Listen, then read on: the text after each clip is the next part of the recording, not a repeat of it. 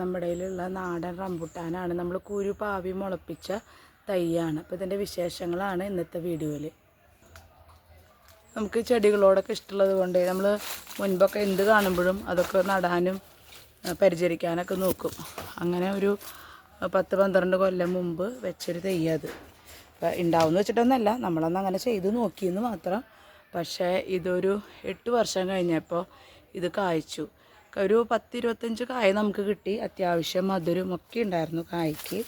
പക്ഷെ അത് ആകാശത്ത് പോയിട്ടാണ് ഉണ്ടായെന്ന് മാത്രം. എന്ന് വെച്ചാൽ ഇത് കണ്ടില്ലേ, ഞങ്ങൾ വെട്ടിയ കൊമ്പ് കണ്ടില്ലേ, അപ്പോൾ ഇതിങ്ങനെ പോയിട്ട് വളഞ്ഞ് ഉണ്ടായതായിരുന്നു. അപ്പോൾ അന്ന് നമ്മളത് വീണ പോലെ, കിണറിൻ്റെ അവിടെ പോയി വീണ പോലെ. അപ്പോൾ നമ്മളത് വെട്ടിയിട്ട് നമ്മുടെ വിചാരം ഇത് പ്രൂൺ ചെയ്യാമെന്നല്ലേ. അപ്പോൾ നമ്മൾ എന്ത് ചെയ്തു, അത് പ്രൂൺ ചെയ്ത് വളമൊക്കെ ഇട്ട് കൊടുത്തു ചെയ്തു. അപ്പോൾ ആദ്യം നട്ട സമയത്ത് നമ്മൾ അത്ര ശ്രദ്ധിച്ചിരുന്നില്ല, കാരണം ഇത് കുറച്ച് വർഷം എടുക്കുമെന്ന് അറിയാമല്ലോ. പക്ഷേ പിന്നീട് നമ്മൾ ഇത് നന്നായിട്ട് കൊല്ലത്തിൽ എല്ലുപൊടി, വേപ്പും പിണ്ണാക്ക്, ചാണകമൊക്കെ വളമൊക്കെ ഇട്ട് കൊടുക്കാറുണ്ട്. പിന്നെ അതുപോലെ തന്നെ പൂക്കാറാകുമ്പോൾ പൊട്ടാഷ് അങ്ങനത്തെ ഒക്കെ ഇട്ട് കൊടുത്തു. പക്ഷേ ഈ വെട്ടിയത് കൊണ്ടാണ് ഇത് പൂത്തിട്ടില്ല. 2 വർഷമായി ഞാൻ വെട്ടിയിട്ട്. ഇപ്പോൾ കഴിഞ്ഞ വർഷം ഇതിൻ്റെ ഇള വന്നു. അപ്പോൾ ഞാൻ എന്ത് ചെയ്തു, നമ്മൾ ബഡ് ചെയ്തത് ചെയ്യണ പോലെ ഇതിൻ്റെ ഇവിടെയൊക്കെ പ്രൂൺ ചെയ്തു. ഇങ്ങനെ കൊമ്പൊക്കെ പ്രൂൺ ചെയ്തു. ഉണ്ടാവുമെന്നാണ് നമ്മൾ വിചാരിച്ചത്. കണ്ടോ, പ്രൂൺ ചെയ്ത കൊമ്പുകൾ കണ്ടു.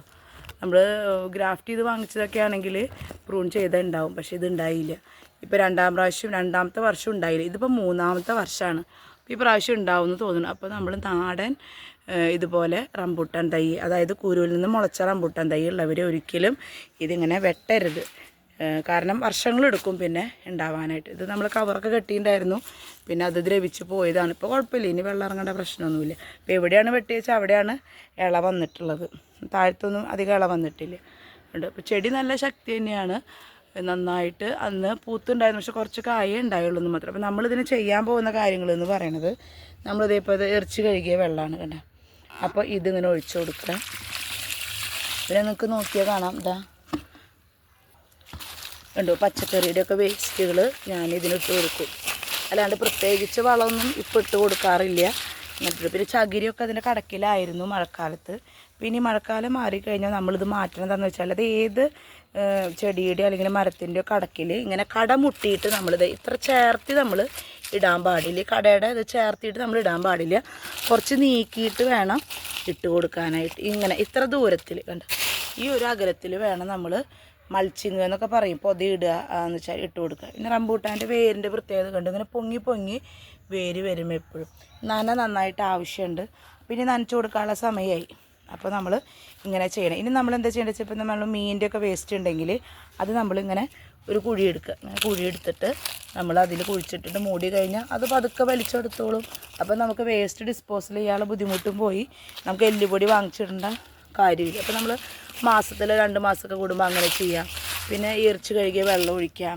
പിന്നെ പുളിപ്പിച്ച കഞ്ഞിവെള്ളം ഉണ്ടല്ലോ, അതൊക്കെ മാസത്തിൽ ഓരോ പ്രാവശ്യം നമുക്ക് ഒഴിച്ചു കൊടുക്കാം. അതായത് അടുപ്പിച്ച് ഒരേ വളം തന്നെ കൊടുത്താൽ നമുക്ക് അങ്ങനെ തന്നെയല്ലേ, ഒരേ ഫുഡ് കഴിച്ച് ഇഷ്ടമുണ്ടാവില്ലല്ലോ. അത് തന്നെ ചെടി അങ്ങനെ തന്നെ ജീവനുള്ള ഒരു വസ്തുവല്ലേ. അപ്പോൾ ചെടികൾക്കും അങ്ങനെ തന്നെയാണ്. നമ്മൾ ഒരേ വളം കൊടുത്തു കഴിഞ്ഞാൽ അവർക്ക് അതത്ര ഇഷ്ടമുണ്ടാവില്ല. അപ്പോൾ നമ്മൾ മാറിയിട്ട് ഓരോ വളങ്ങളും ഇങ്ങനെ ചെയ്യുകയാണെങ്കിൽ നമുക്ക് ചെടി അടിപൊളിയായിട്ട് ഉണ്ടായി കിട്ടും. അപ്പോൾ ഇപ്രാവശ്യം നമ്മൾ പൂക്കുന്നുള്ള പ്രതീക്ഷയിലാണ് ഇരിക്കണേ. സമയമാവണല്ലോ, ഒരു ജനുവരിയിലൊക്കെയാണ് റംബൂട്ടാൻ നന്നായിട്ട് പൂക്കുക.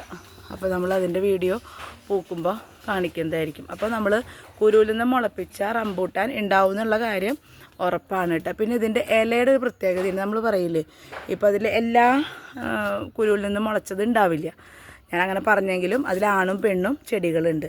അപ്പോൾ ഈ ഇല കണ്ടാൽ അറിയാം, അതായത് ഇതിങ്ങനെ ഒരു പറയുന്നത് ഇങ്ങനെ ഒരു ചെറിയ ചാല് പോലെ ഉണ്ടാവും എന്നാണ് പറയുന്നത്.